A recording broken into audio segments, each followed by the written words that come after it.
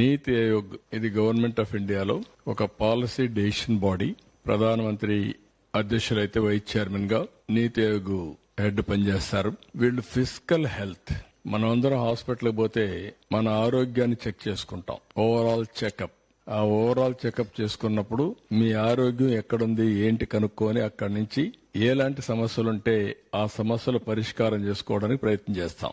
ఎప్పటికప్పుడు మన ఆరోగ్య కండిషన్స్ బెటర్ గా చేసుకుంటే ఫర్దర్ గా ఆరోగ్యం డిట్రియేట్ కాదు. అదే సమయంలో మనం 4 రోజులు ఎక్కువ బతికే పరిస్థితికి వస్తాం. అదే గాని మన ఆరోగ్యం సరి అయిన సమయంలో చెక్ చేసుకోకపోతే ఎక్కడికక్కడ డిట్రియేషన్ ప్రారంభమవుతుంది.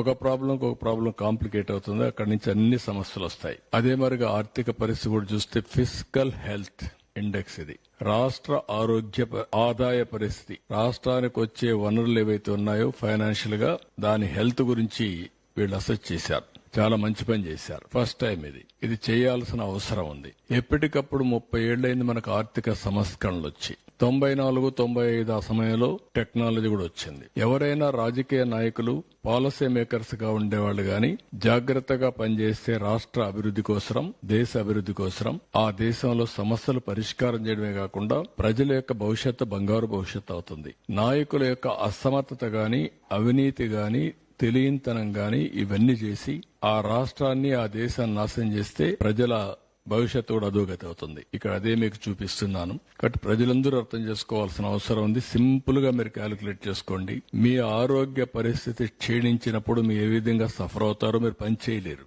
ఆరోగ్య ఖర్చులు పెరుగుతాయి. ఇంట్లో వాళ్ళకు భారం అవుతారు.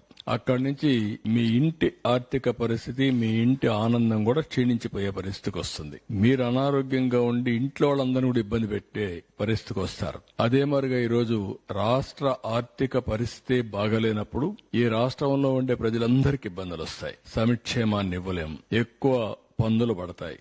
మళ్ళా అప్పులు కట్టడానికి మళ్లీ అప్పులు చేయాలి. ఈ అప్పులు చేసిన తర్వాత అభివృద్ధికి డబ్బులు ఉండవు. డబ్బులు లేకపోతే ఇది ఒక విషియస్ సైకిల్. ఈ సైకిల్లో పడిన తర్వాత బయట రావడం చాలా కష్టం. అల్టిమేట్ గా బాధపడేది ప్రజలే బాధపడతారు. అలాంటి పరిస్థితి నేను మీకు ఎక్స్ప్లెయిన్ చేస్తున్నాను ఈరోజు.